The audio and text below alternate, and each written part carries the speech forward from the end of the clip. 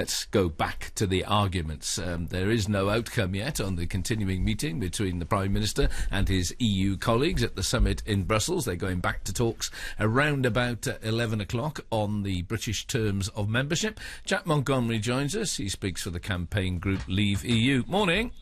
Good morning. What do you make of what's going on at the moment? I think, well, Mr Cameron's promised us half a loaf. He's begged for a crust, and it looks now as though he's fighting over crumbs. Aha. But in our view, it's important not to get too bogged down in the details of what's been discussed at the renegotiation. We should be thinking of all the very important things that were never asked for in the first place, because Cameron knew he wouldn't get them. Are you one of those, Jack, who don't really care what he comes back with? If he comes back with nothing, it wouldn't bother you, because actually you just want to get out? Well, here's the thing. We know what he's asked for. He set out what he was going to ask for in his draft plan some time ago. Nothing he's asked for will change the fact that EU law is supreme over the laws made in Cardiff, Stormont, Holyrood and Westminster. It won't change the fact that we can't represent ourselves independently on bodies like the World Trade Organization, very important for taking action on issues like steel dumping. We won't be able to control free movement between European member states and the UK. None of these very important issues are being dealt with. It's kind of this sort of a seesaw nonsense over how long people are allowed to be in the country before they can claim in-work benefits. These are fundamental objections which we've been living with and which 27 other nations are perfectly happy to live with. This is simply about not wishing to be a part of the club. Nothing to do with changing the rules. You don't want to be in the club. Well, those are rules that that we should be able to change if the EU was capable of genuine reform.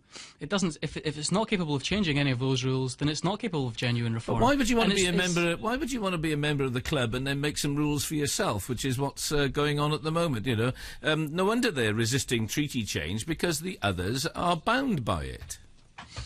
That's a fair point, actually. If you are going to have, if you're going to have rules for one set of countries, for one country, why shouldn't they apply to the other countries? I think it goes to underline that the European Union is fundamentally incompatible with the United Kingdom's needs, the United Kingdom's desires. That's why we're in a voting minority more often than any other member state in the European Council by a country mile.